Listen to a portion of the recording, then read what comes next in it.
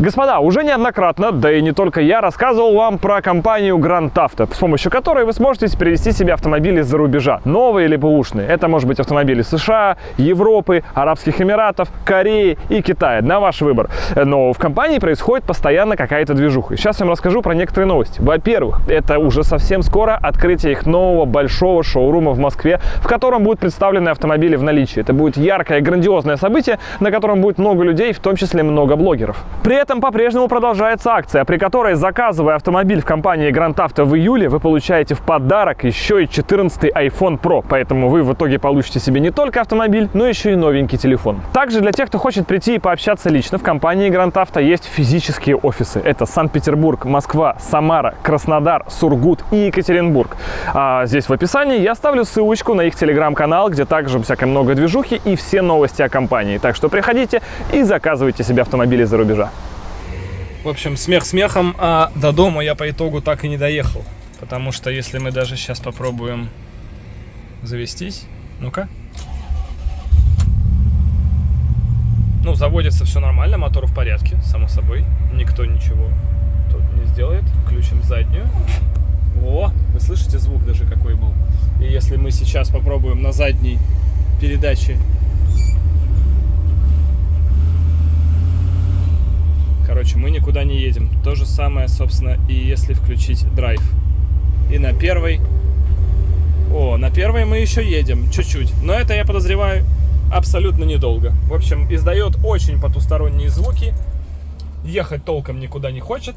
Поэтому я на всякий случай припарковался там, где еще можно припарковаться. И стою, кайфую, жду эвакуатор. Ребята, отличное начало новой серии. Кстати, господа, здравствуйте. Короче, коробка в нейтрале.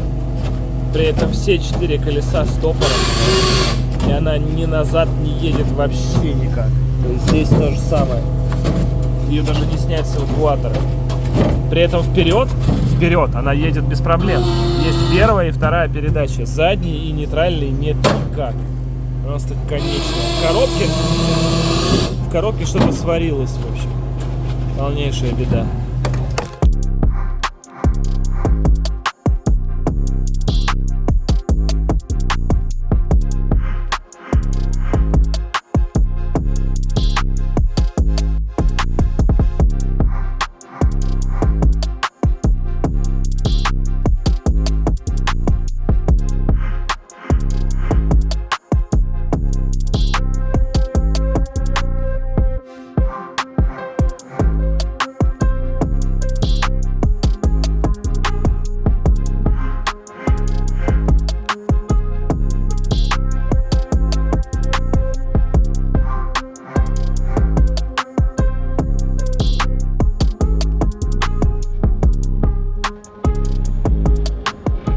Ну, в общем, если вкратце, господа, произошло то, что Роман по телефону правильно описал ровно по моим словам, когда я ему позвонил. То есть я ехал по кольцевой автодороге, мне нужно было ускориться со 100 км в час, я резко дал в пол, соответственно, мотор раздутый, обороты, все хорошо.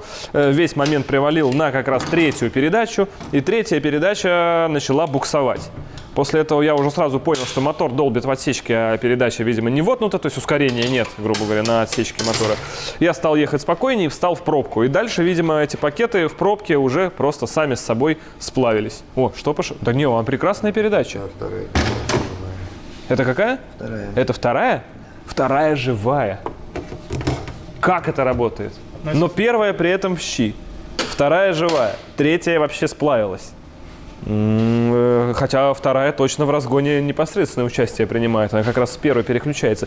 Первая, я, допустим, могу понять, почему сплавилась, потому что ты когда тормоз... Диски сами по себе. Вот первая. Так, маленькая, вот вторая. Вот она вторая. Угу. Надо вот такие на первую. Вот, да. Ну и все, я все решил. Со второй будет нормально. До кило момента вывезется что угодно. Да, размер дисков имеет значение. Блин, оно все сизое, как тормоза, как будто после вот кольца. Ну, в смысле, не автомобильного, а спортивного кольца. Это, конечно, прикол. В общем, когда я встал в пробке, все это сплавилось уже окончательно, и я не мог в каком-то моменте тронуться с места, потому что первая, видимо, тоже где-то была недалеко от того, чтобы уже начать вместе сплавляться. Не как третья, конечно, но тем не менее. И поскольку третья передача у нас сидит на той же планетарке, что и первая, а все это вместе слиплось, сплавилось именно с барабаном, то все это потеряло какую-либо возможность размыкаться, как-то дальше функционировать, и машина назад не ехала, соответственно, вообще полностью. И все это Рома мне сразу сказал самое главное по телефону. Просто по моим рассказам. И это то же самое, здесь видим воплощение в убитом железе. Дальше Рома предлагает переклеить, соответственно, пакеты на кевлар. Абсолютно верно. А ты где-то сам вот прямо... Ну, есть у меня парень знакомый, который все это сделает. Попробуем максимальное количество дисков в каждый пакет поставить. Ну, тут зазоры маленькие, поэтому посмотрим, что получится. Что максимальное количество будет равно этому. Ага. Да, кевлар будет живее, он будет держать больше момента. Посмотрим, как все будет работать. Да, напоминаю, что это все равно в рамках абсолютного безумия. То есть коробку мы сейчас, по сути, усиливаем минимально. Она все равно не подходит под этот крутящий момент. И делаем мы это для того, чтобы, во-первых, поставить машину на ход. Раз. Два. Эта коробка выдержала гонку с Porsche. Не гонку, она выдержала замеры до 100 в серии 2 года назад. После этого на этой коробке машину настроили, а это 50 полных нажатий в газ на стенде под нагрузкой, под полной за один день. После этого мы гонялись с геликом, до этого мы еще тоже ездили, и все, эта коробка выжила. То есть ваша обычная, даже если спортивная машина, период таких действий переживает, наверное, где-то за год. При этом у нас не был подключен будильник по температуре масла, напоминаю. То есть все это время, возможно, бы на средствах визуального контроля мы бы видели, что коробка конкретно теплая, и этого всего могли бы, наверное, и не допустить, если бы это работало. Но здесь, как говорится, спасибо Денису, который на мои многократные просьбы Раше все-таки подключить будильник сказал, что все будет нормально, у нас она была теплая. В общем, но, как мы видим, недостаточно она была охлаждена, поэтому все равно поставим машину на ход на этой коробке, поставим новую резину, попробуем, просто посмотрим, что будет. Потому что кроме этого нужно чуть заняться электрикой, чуть заняться еще отстройкой какой-то, мелочевкой и так далее. И если эта коробка проживет еще столько же, сколько она уже прожила до этого в таком конфиге, нас это устроит. Параллельно мы ищем более сильную. Так что смысла вроде как бы нет, но мы блогеры, поэтому все любят боль. Продолжаем. С Тинькофф Pay можно платить онлайн, любым телефоном со стикером или приложив телефон к терминалу. Тинькофф Pay. Оформи любую карту Тинькофф и выбирай свой способ оплаты. Онлайн, стикером, телефоном. Господа, и вишенкой на торте все это накрывает, если совсем просто объяснить, прикипевшие потроха, приплавившиеся прямо к корпусу самой автоматической коробки передач. То есть у нас есть вот оставшиеся там пакеты, это у нас там 6-я получается, да, осталась. И их уже никак не вытащить, потому что стопорное кольцо, которое все это держит, и потроха вокруг него, приплавились к самому корпусу. В итоге, даже если это сейчас все отсюда удастся вытащить, не факт, что корпус, металл сам не послабило, не потянуло от таких критичных перегревов. Потому что, как вы понимаете, это все далеко не очень хорошо, и все необходимые зазоры могут, ну, просто немножко измениться. И по итогу даже идеально собранная в этот корпус новая коробка может взять и случайно не так поехать. В общем, еще сейчас ребята будут продолжать уже без камеры все это выбивать, естественно, оригинальными съемниками, как вы поняли. Лучше мы это показывать не будем. А то мало ли вы тоже себе найдете оригинальные съемники и будете сами коробки чинить. Но в любом случае есть донор, потому что Роман, опять же, вот в этой серии, конечно, просто вчера или позавчера ты же меня набираешь и говорит: слушай, просто так на Авито нашел донора, вот 760-й Айсин. Все как надо. Вот еще эта коробка не была разобрана, это было несколько дней назад. А Роман уже такой звонит и говорит: ну вот я нашел по пути, вот, наверное, заберу на всякий случай просто. Вот это просто чуйка затащила на 146%, поэтому донор уже есть, его даже уже искать не надо, и, вероятно, придется пересобирать на нем. До ближайших включений, господа.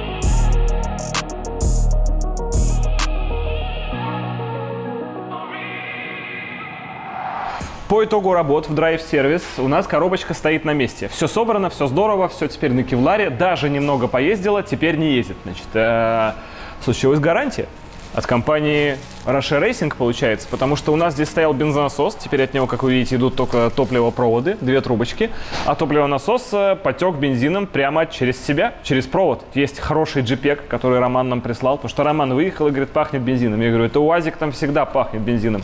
Роман говорит, что-то так не должно пахнуть даже по моим меркам УАЗика. По итогу оказалось, что бензин действительно уже даже льется. Он же капал прям, да, Ром?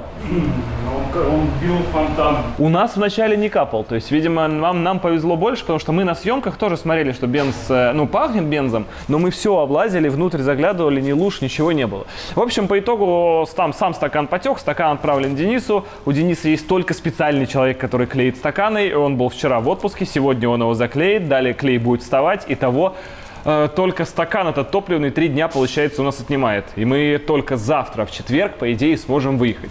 Что в целом не особо страшно. У нас есть что снимать, и после выезда в любом случае нас еще ожидает настройка коробки. Хотя, Ром, ты говоришь, по твоим ощущениям, коробка переключалась так, как будто бы проживет еще. При спокойной езде. То есть переключает она так, как это должно быть при данной степени колхоза, который в ней внедрен. Именно так. Значит, что ты можешь сказать по пакетам, которые вот мы вклеили сюда? Не мы, а человек. У тебя же есть человек, который сам прямо эти пакеты склеивает, да? Спасибо Михаилу, компания Смагреста. Ссылочки мы же оставим, кстати. Что оставим? Ссылочки на него мы оставляем. Вот. Который помог нам в переклейке фрикционных дисков. Каждый фрикционный диск клеится вручную. Работа трудоемкая, непростая. Спасибо ему огромное за помощь в этом. При этом к нему удобно, что к нему не может быть гарантии. Потому что такая работа делалась без гарантии, потому что коробка все равно стоит неподходящая. Это идиотизм. Но тем не менее, что нас должно приблизить к тому, чтобы она жила, скажем так, дольше, чем предыдущая ревизия? Значит, как ты помнишь, остановились мы, когда коробку разбирали. Да, что все сварилось нафиг. Все сварилось, все пакеты сварились. Значит, что мы поняли? Что по железу коробка, в принципе, держит. Держит достаточно неплохо. Данный крутящий момент. Самое слабое место – это у нас пакеты фрикционных дисков. То есть планетарки у нас не разваливаются, и бублик у нас даже живой. Да, бублик живой, планетарка втулка вылезла на одной, это все. Это само собой, это перегрев. История, это, в общем-то, происходит. Пакеты все спеклись.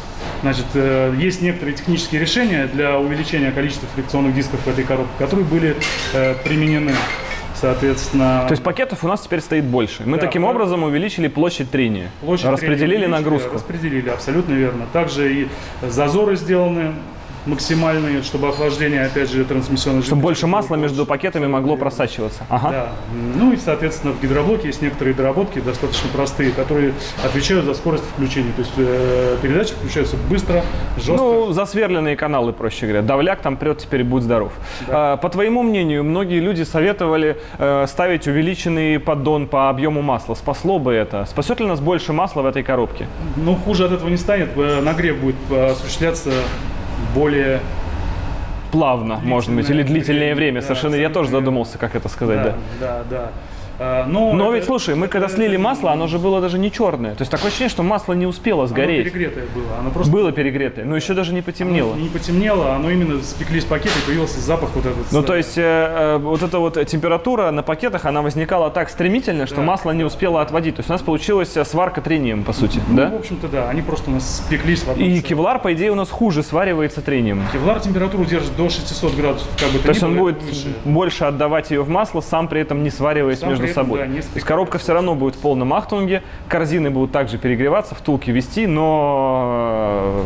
Все это проживет дольше. Ну, типа на 2 заезда, что нас, в принципе, вполне и устраивает. Я думаю, не на 2 заезда. Не на 2 заезда. Ну, я как бы надеюсь искренне на это, потому что 2 заезда уже лично я совершил. Ну, а в остальном коробка, конечно же, будет другая. Будет ставиться она в межсезонье, потому что это займет много времени. Это мы сейчас потеряем еще месяц, а месяц летом это мы лучше потратим еще дополнительные деньги, только чтобы продолжить настройку мотора, настроить ланчи. И задача этой коробки просто пережить настройку ланчей и выехать из 4.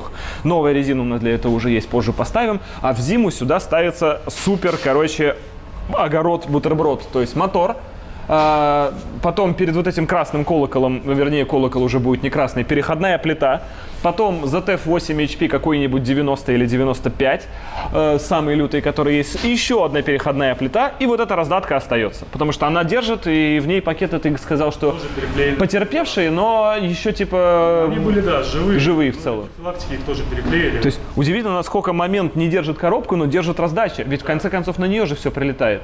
И она это держит, и это фантастика. Так вот, поэтому раздача останется старая же, и таким образом у нас не будет проблем в том, что у ZF кардан идет направо, а у японцев кардан идет налево. То есть у нас сохранится штатные все редуктора, все будет пушка. Задний кардан нас не волнует, потому что он прямой. Как вы видите, у него нет ни крестовин, ни шрусов, ни гранат, ничего. Следовательно, как бы близко мы к нему новой коробкой не подошли, ему без разницы. Он абсолютно стандартный, прямой, останется только короче.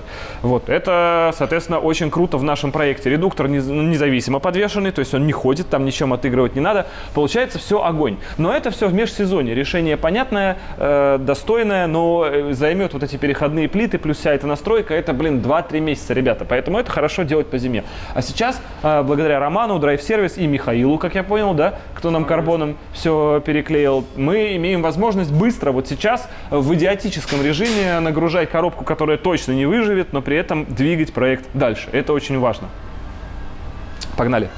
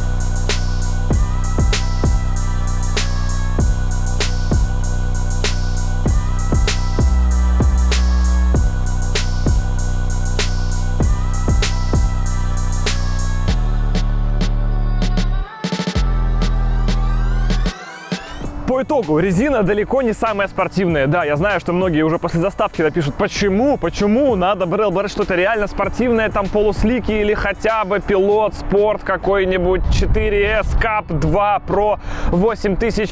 Но причиной всему этому послужил все-таки я. Потому что Андрей из компании ST Tuning, который нам сейчас эту резину в том числе и продал, он сказал, что в данном типа размере, который я хочу, а это именно у нас уазиковский здесь специфический размер, на самом деле 235 на 55 20-е.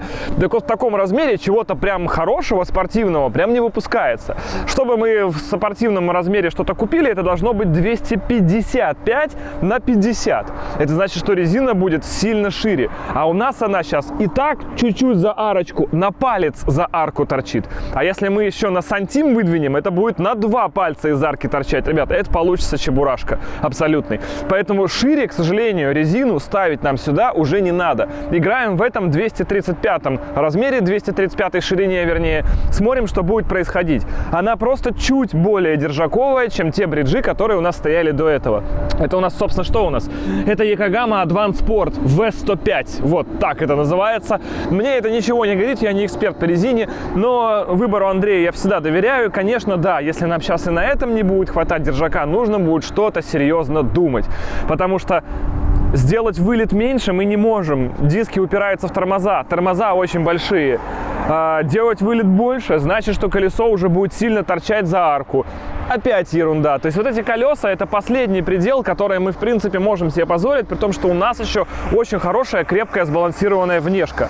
Что-то от этого менять, ну, прям совсем сложновато. Или уходить в специфическую, действительно, уже какую-нибудь полусликовую спортивную резину. Сейчас мы ее прикатаем километров 20 и посмотрим, как, собственно, она ведет себя, появится держак, нет, плюс поправка на погоду, постоянно полчаса дождь, полчаса жара, снова потом дождь, непонятно.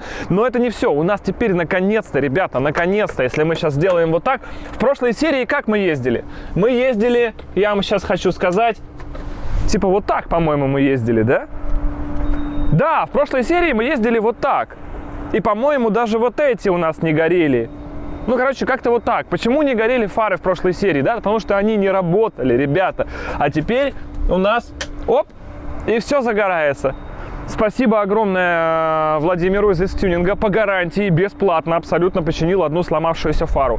Также еще в прошлой серии у нас не работала аварийка, мы про это не сказали, а теперь у нас она есть. О боже, у нас есть аварийка.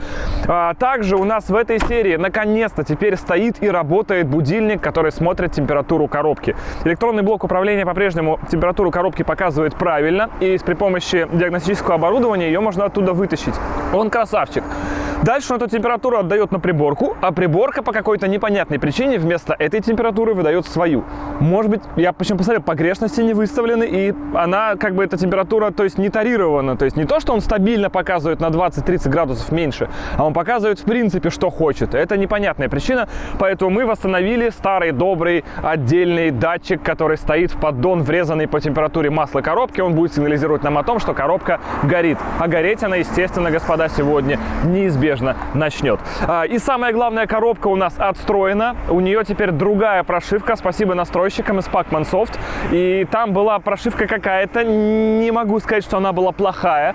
Никакой критики абсолютно в адрес того настройщика нет. Но на всякий случай, чтобы избежать всех нюансов, конкретно на этой новой собранной коробке с измененным количеством пакетов, теперь на кевларе, с измененным конфигом чуть по железу, настройщик другой сел и перенастроил ее на ходу. На всех передачах все проверили, настроили, время смыкания, все, в общем, сделали классно. Коробка без шибкого навала фиксирует, что на нее прилетает 700 момента. Это не с ланча, не в педаль в пол. Напомню, что с завода данная коробка рассчитана на 440 момента. Она даже сейчас фиксирует, что 700. Что происходит на ланче, страшно представить. Что будет, узнаем в конце этой серии. Сложно делать какие-то прогнозы, но очень хочется, чтобы просто было лучше, чем в прошлый раз. Так, зажимаемся. Раздуваемся.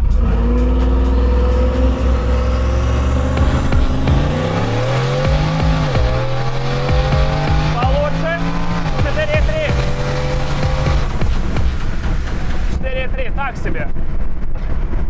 Старта нет. А без старта, соответственно, мы не получаем низов. Так что пока что все в порядке. Еще раз сейчас попробуем и дальше коробку мучить не будем. Коробка однозначно стала лучше. Пакеты первые прямо держат, потому что коробки раньше мы могли раскрутиться на нейтралке, на драйве, вернее, с двух педалей. Мы могли раскрутиться в 3500. Теперь мы можем раскрутиться только в 2900 даже. Соответственно, без ланча нам толком не тронуться. Давайте последний раз, сейчас от Владислава там стартанем. Но сейчас результата не будет. Дальше коробка уже будет перегреваться, и мы больше мучить ее не будем. Надо настраивать лонч.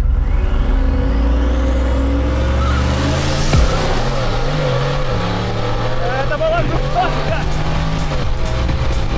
Ну да, мы вот на этом прыгающем старте. Но это было реально жестко. Мы распрыгались.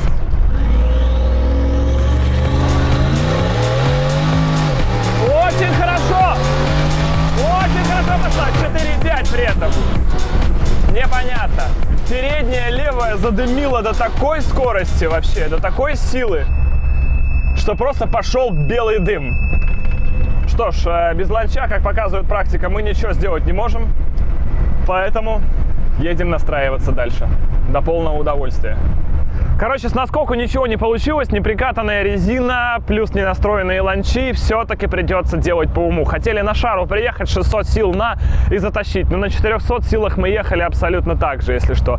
И у нас на каждой шине стоит белая точечка, которая была поставлена специально в ST-тюнинге напротив соска. И как вы видите, на одном колесе у нас покрышка только что обутая, вот полчаса назад, даже провернулась на диске. В общем, сегодня мы каши не сварим, едем делать все по уму.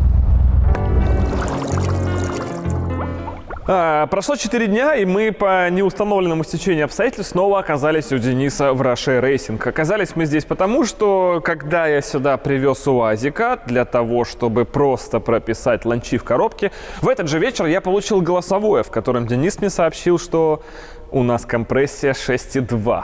И что, вероятно, большей части поэтому мы ехали 4,3, когда увидели эти только что последние замеры, а не 4,1 хотя бы, как раньше. Потому что у нас вроде появилась более держаковая резина, но ничего кроме этого больше не появилось. Ни разгона, ни мощности, ни так далее. Поэтому, собственно, мотор немножко подразбирался, потому что надо было разобраться, почему нет компрессии. Конечно, смягчающим фактором в этой ситуации являлось то, что компрессии нет по одной голове, и ее нет везде поровну. Там вот вся компрессия 6,2 по 4 цилиндрам, по остальным 4 компрессия в подарок, можно сказать, да, в порядке. Так что, скорее всего, это вело к тому, что раком стала какая-то фаза. Такое подозрение было изначально, и оно, впрочем, и оказалось верным, потому что просто одна муфта VVTi немножко заклинила, поэтому, естественно, раком действительно встали фазы. Один фазовращатель. Его поменяли на такой же бэушный или контрактный, как любят говорить на Востоке, и компрессия везде пришла в норму. Далее, после этого, по неизвестным мне причинам, я в это вообще ни в коем случае не вмешиваюсь, поменялся настройщик. Раньше был один, теперь другой. Соответственно, предыдущий настройщик не отдал пароль от доступа к блоку управления двигателем. Таким образом, новый настройщик сейчас снес всю старую прошивку, накатил новую, и нам предстоит сейчас снова обкатывать прошивку. Я в целом не вижу в этом ничего плохого. Ладно, ребята, работайте. Главное для меня это результат. Что у них там происходит, я в это не вмешиваюсь и, честно говоря, и знать не хочу. Меня устраивала и та прошивка, мы на ней ехали 4.1, она была немножко недозаконченная. Поэтому я не буду вам ничего передавать, что там один настройщик говорит про другого. У них у всех просто разный подход, поэтому они не могут друг друга, естественно, понять это логично. Чем для нас это плохо?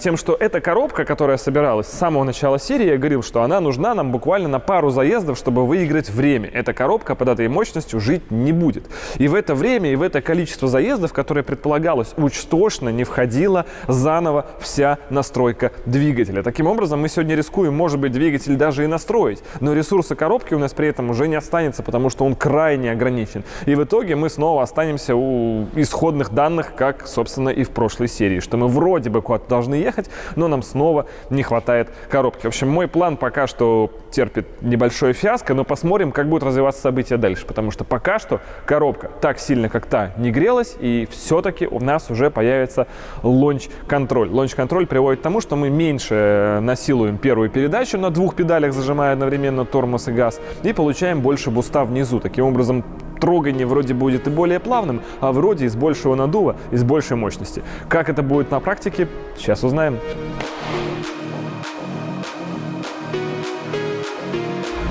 Ой, ребята, как всегда. Как всегда. Гелик зашитый сегодня, пацаны.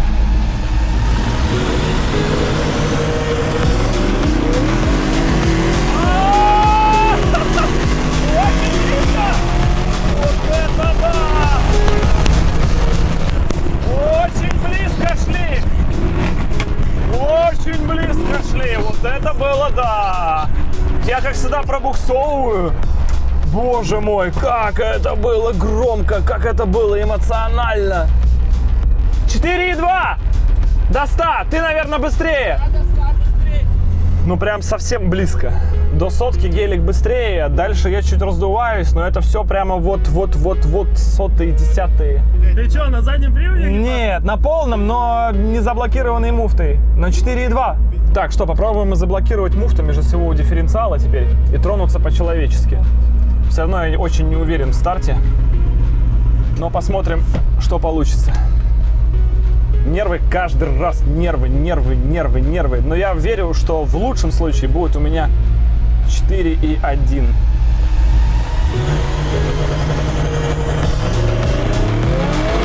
Да, это лучше.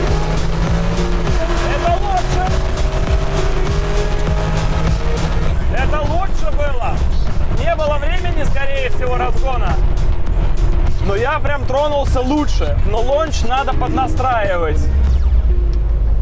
Тоже 4,2 было, так же. Так же абсолютно.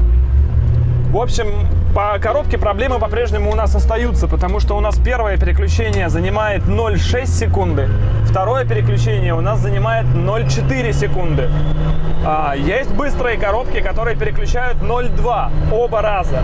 То есть, считай, у меня 2 переключения занимают секунду, на быстрых коробках 2 переключения, если мы про гидротрансформатор говорим, занимает 0,4. Итого я могу 0,6 от своих 4,2 откинуть и достичь искомых 3,6. По идее, если все в порядке будет с зацепом, с прочим. Так что пока все, как я и говорил, очень непонятно. Ну, одно радует, что мы хотя бы на сегодня уже во всем диапазоне идем ровно с хорошим, крепким, сшитым геликом. Вот это здорово. Показатели такие же. 4,2. Открой капот. Давай сосочки поменяем местами, чтобы у тебя прыжок был. Раз у нас нет клапана сейчас, хотя бы... Давай, я держу. В общем, сейчас можно механически поменять один клапан. Теоретически это даст мне худшие верха у мотора, но даст мне лонч на старте. И старт, соответственно, сам получится. С пиночком. Все как мы любим.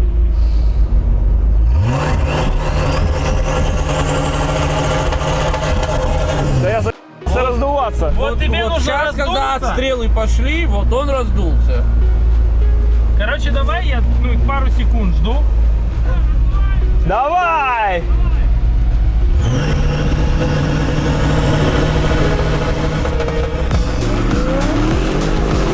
Нет, я опоздал.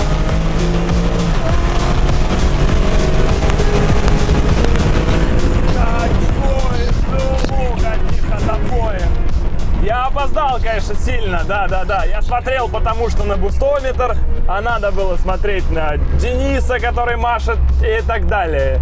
Я прям все пролюбил. Да, еще как. 4,3, братан. У меня морда запрыгала, я очень плохо стартанул. А раздулся нормально? Да, нормально, тронулся нормально, да.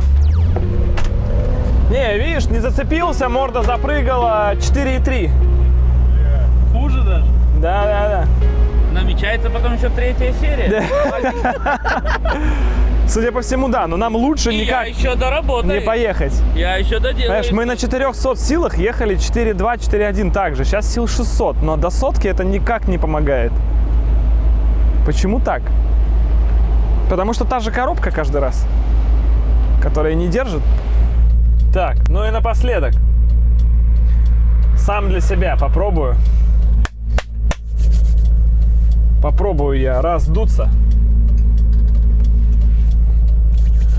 Только не в 0,5, а типа в 0,4. И тронуться. И посмотреть, что будет. Раздуваемся. Жестко. 3,9. Ты угораешь. 3,9. Это писало? Это писало! Да, это писало! Ну-ка, смотри, сам для себя. Смотри, чек. Вау!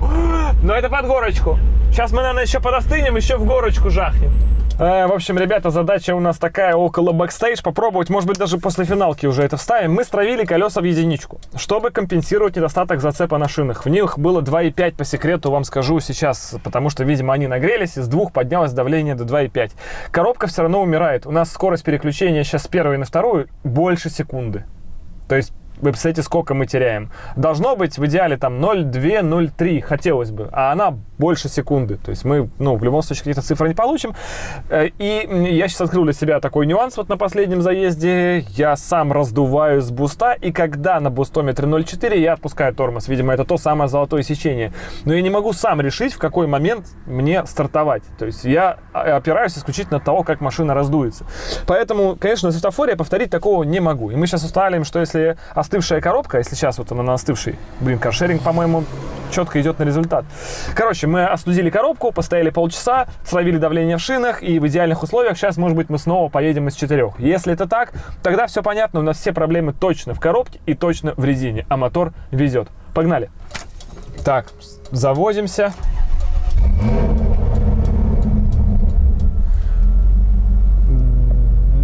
Нет, у нас проблемки. Нет, мы не едем. Снова передачи не втыкаются. Сейчас. Ну, то есть там все доживает прямо. Доживает.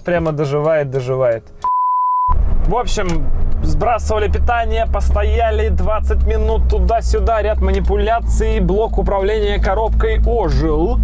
Я это ребятам все донесу, они уже завтра будут эту коробку настраивать, сделают из этого выводы, ну а мы встаем уже на последнюю попыточку. Лочим полный привод, не глушимся, ничего, все, я готов.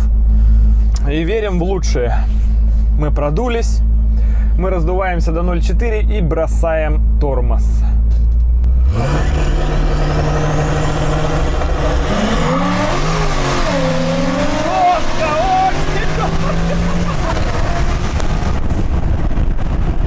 Что-то подвисло на передаче. И не было у меня сотки. 3,9, 3,9 еще раз. Но это очень жестко. Можно трогаться на самом деле еще раньше, меньше раздуваться. Очень жестко трогается. Сейчас я могу больше. И что-то он подзапнулся где-то на переключении. Возможно, это уже коробка отъезжает окончательно. Сейчас попробуем еще раз, будем добивать. Надо. Мы уже понимаем, что все равно у нас есть проблемки. Но точно проблему с держаком у резины надо решать. Вот мы стравились, и все прям стало лучше. Давай 0,2.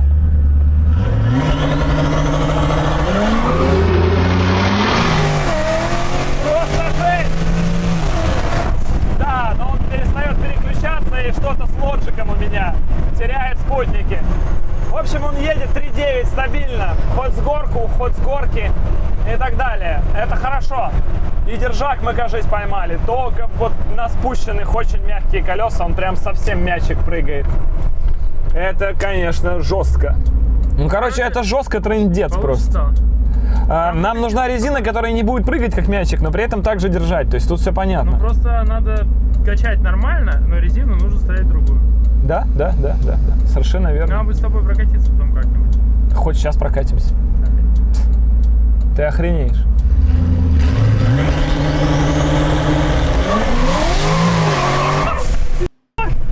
Мы задымили просто передним колесом, я отпустил. Или оборвали привод.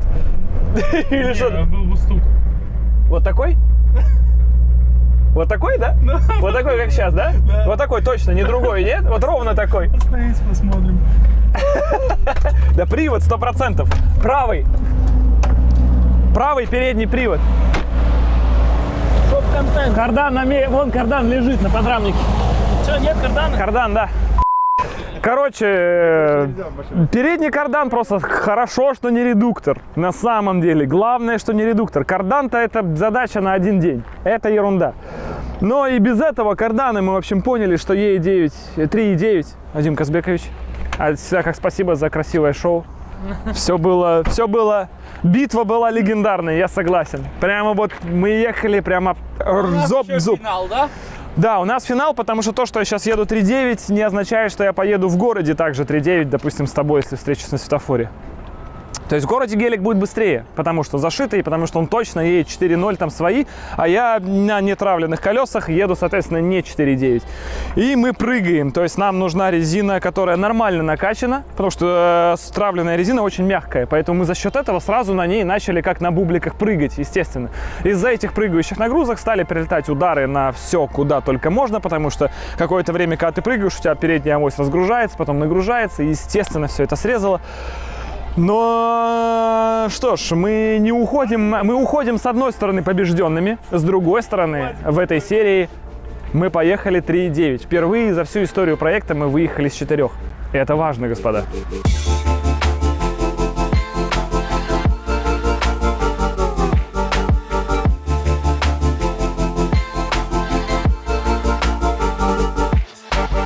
Есть нюанс, вернее, всю серию был нюанс, что мы как будто топчемся на месте, однако выезд из 4 зафиксирован, господа. Тем не менее, раньше у нас этого не получалось. И раньше у нас не получалось не то, что выезд из 4, у нас не получалось даже и 4 ровно.